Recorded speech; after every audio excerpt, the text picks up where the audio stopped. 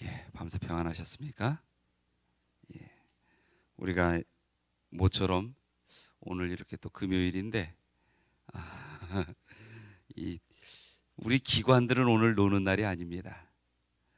그런데 세상은 오늘 이 휴일이지요. 그래서 뭐 연합회나 합회나 이 목회자들에게는 오늘이 빨간 날로 되어 있지 않습니다. 그런데 또 오늘 어떤 국가의 특별한 휴일의 그러한 의미를 가진 날이기 때문에 오늘 하루 또 이런 휴일로 지정된 그 하루를 보내지 않는가 생각이 듭니다.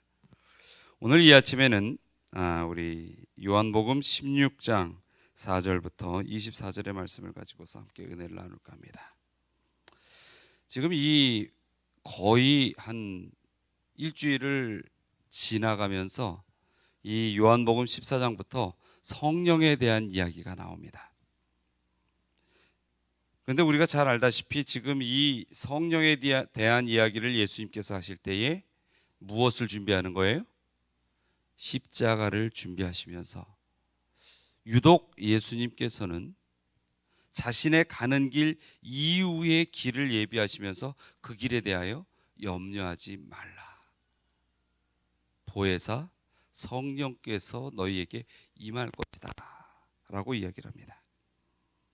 참으로 예수님께서 그 십자가 이 모든 희생을 감당하시고 그 이후에 이 땅에서 머물러 살아야 하는 수많은 백성들의 그 삶에 대하여 집중하고 계시고 또 마음에 많은 걱정들을 하고 계시는 것입니다.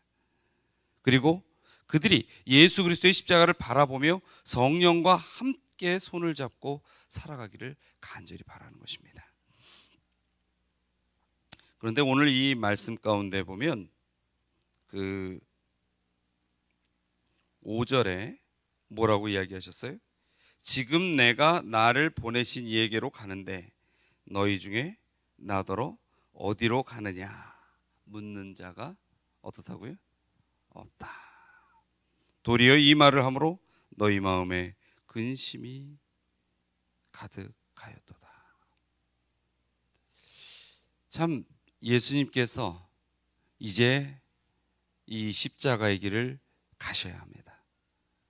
그리고 그 길들을 계속 이야기하는데 그 말씀을 들으면서 아마 제자들이 분명히 느꼈을 거예요.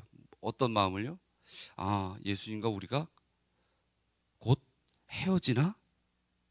정말 예수님께서 우리를 떠나가나? 평생을 예수님을 쫓아 살 줄 알았는데 여러분 이 제자들은요 정해진 기간 이후에 예수님과 완전히 분리돼서 따로 살 수 있다는 것에 대해서는 별로 그렇게 염두에 두지 않았어요. 그저 예수님을 끝까지 쫓아다니면서 그 예수님의 놀라운 능력과 은혜로운 말씀과 그 가운데 위로를 받고 용기를 얻고 그저 행복하게 그렇게 살아가리라 생각하고 있는 것입니다. 그런데 예수님께서 계속 이별에 대한 이야기를 합니다. 떠나갈 것이다라는 이야기를 합니다. 불안하죠. 이 제자들이 무엇인가 다가오고 있다라는 그 느낌에 상당히 마음에 이 염려들이 있는 것입니다. 그런데 예수님께서 제자들에게 뭐라고 하셨어요? 어찌하여 내가 어디로 가느냐 묻는 자가 없느냐. 예수님께서는 제자들이 그 예수님의 가시는 그 길의 의미를 깨달아 알고 그 길에 대하여 함께 힘이 모아지기를 바랐던 것이 이 예수님의 마음이죠. 여러분께서는 예수님의 길에 대하여 어떻게 종종 하나님께 묻습니까? 주님께서 가신 길. 예수님께서 분명히 우리에게 말씀을 하셨어요. 내가 곧 길이요 진리요 생명이라. 우리의 인생에 앞서서 주님께서 어디로 걸어가고 계십니까? 한번 질문들을 해보셨습니까? 여러분, 우리가 주님의 길을 묻고 답하고 그 길에 확신을 가지고 걸어가는 것은 참 중요한 일입니다. 2000년 전에 예수님께서 십자가를 준비하셨고 십자가의 그 길을 걸어가셨지만은요, 지금 이 순간에도 변함없이 예수님의 그 발걸음은 우리의 인생에 앞서 우리가 가고자 하는 그 길을 걸어가시고 계시다는 것입니다. 예수님의 그 역사하심이 우리 모든 여기에 있는 분들의 인생의 앞길을 걸어가시면서 이끌고 계시다는 거예요. 우린 물어야 됩니다. 뭐라고요? 주님, 어디로 가십니까? 이 말은 더 실체적으로 이야기하면 무엇입니까? 주님, 주님 안에서 제가 오늘을 어떻게 살아가야 합니까? 주님께서 주신 길의 의미가 무엇이고 그 길을 어떤 마음으로 오늘 살아가야 합니까? 여러분, 이 아침에 끊임없이 주님께서 마련하신 여러분의 인생길을 묻고 답을 얻고 그 길을 걸어가시기 바랍니다. 주님께서 제시하신 길, 주님께서 미리 예비하신 길, 주님께서 걸어가신 그 길의 의미를 붙들고 함께 걸어가시게 되기를 바라는 것입니다. 7절에 보면 내가 떠나가는 것이 유익이라 이렇게 이야기하셨어요. 여러분, 그러면 예수님보다 이 예수님께서 떠나가신 이후에 보혜사가 오실 것인데 떠나가지 않으면 보혜사가 오지 않는다는 것이죠. 근데 이 말씀을 어떤 분은 잘못 이해를 해서 예수님보다 보혜사가 더 중요한 분인가 보다 이렇게 이야기하시죠. 그러니까 빨리 예수님이 가시고 더 우리에게 중요한 보혜사가 오셔야 된다는 그 이야기인가 보다. 그게 아니죠. 여러분, 이 보혜사 성령께서도요, 뭐가 없으면은 우리에게 의미가 없을까요? 예수님께서 가신 십자가의 길이 없다면 성령께서 이끄실 그 길 자체가 어떻게 된 거예요? 없어진 거예요. 요즘은 참 재난이 많은 세상입니다. 그렇죠? 그런데 이 보면은요, 아주 험준한 이러한 산령들을 지나가려면 그 길을 가는 초행자들을 이끄는 이 가이드들이 있어요. 그 가이드들은 그 산 주변에 있는 토백이들입니다. 몇 년 동안 그 산을 정말 손바닥 보듯이 훤히 알고 오는 이 관광객들이나 초행자들의 길을 안내하는 그런 사람들이죠. 그런데 이 갑자기 밀려온 커다란 홍수가 이 산을 쓸어버리고 이 산의 지형들이 완전히 망가져 버렸어요.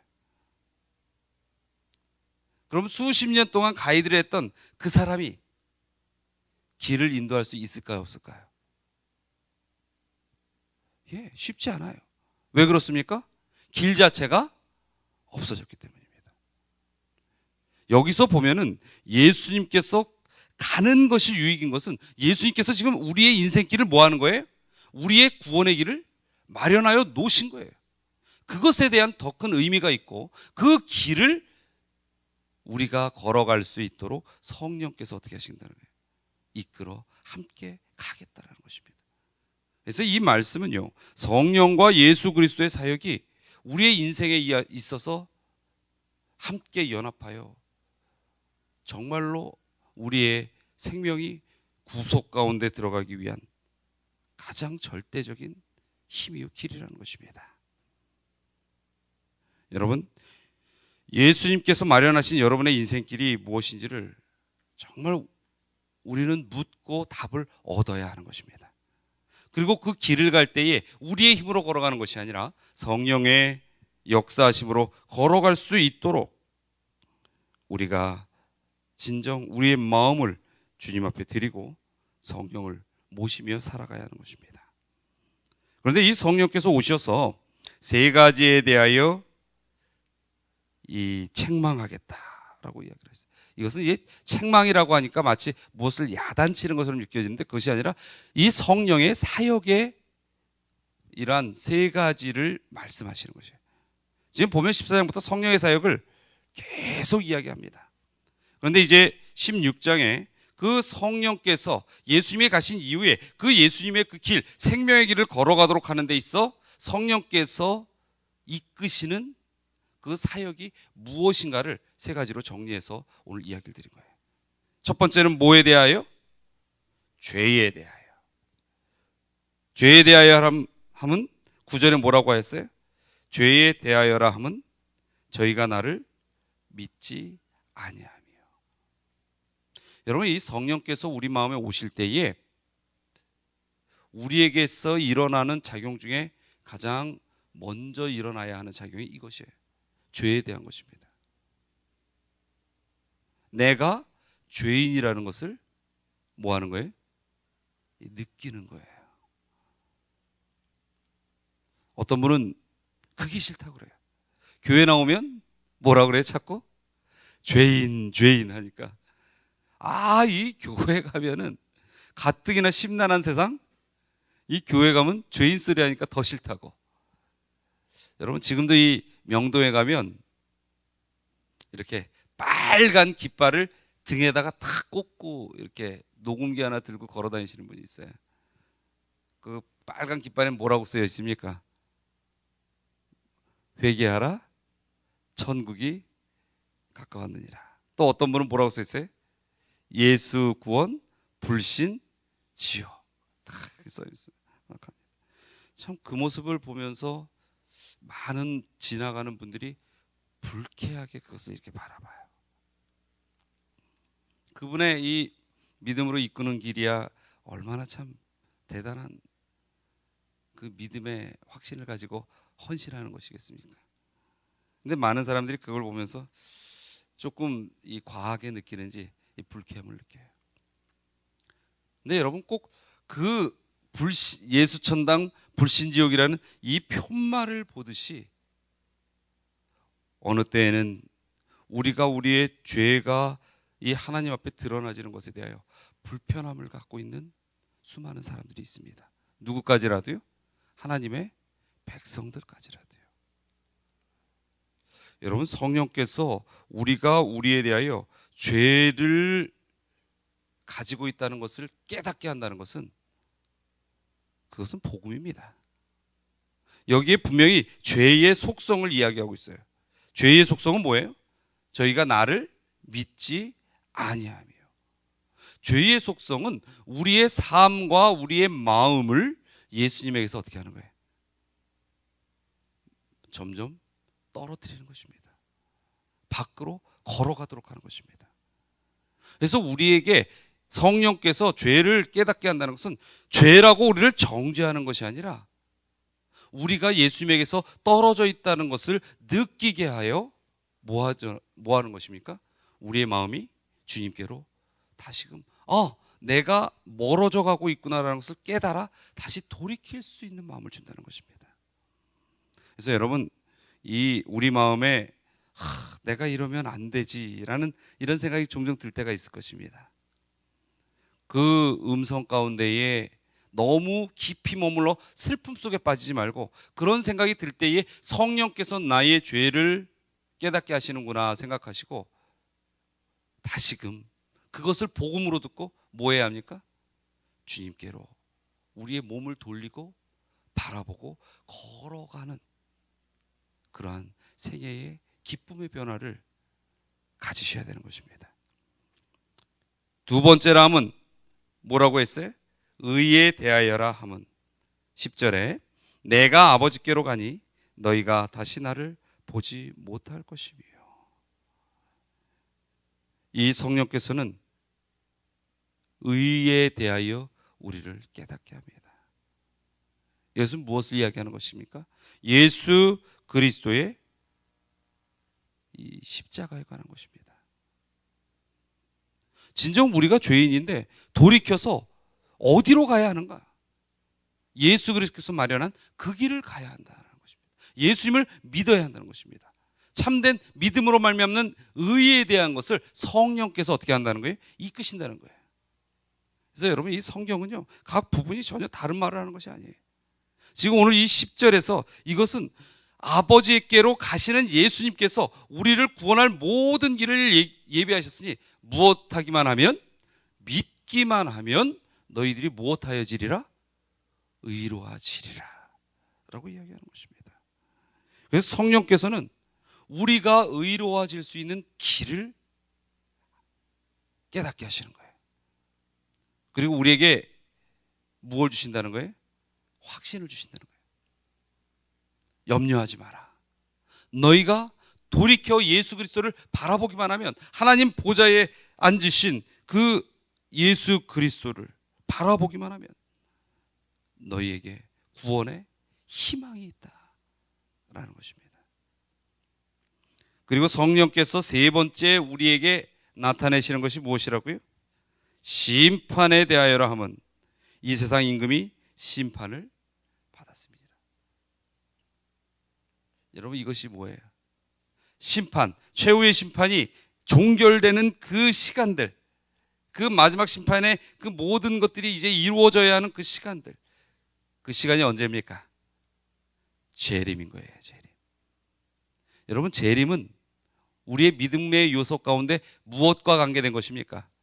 소망에 관계된 것이에요. 그렇죠?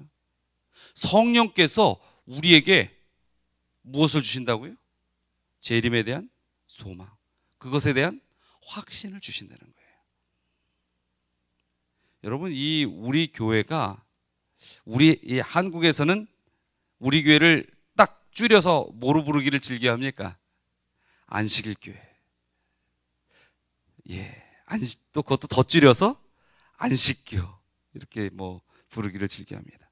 근데 원래 우리 교회의 정체성은 무엇에서부터 나왔어요? 재림에서부터 나왔어요.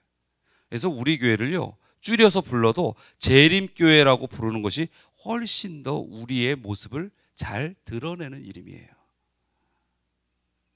이게 무엇이냐면, 여러분, 우리는 재림의 소망에 집중되어서 나타난 교회입니다.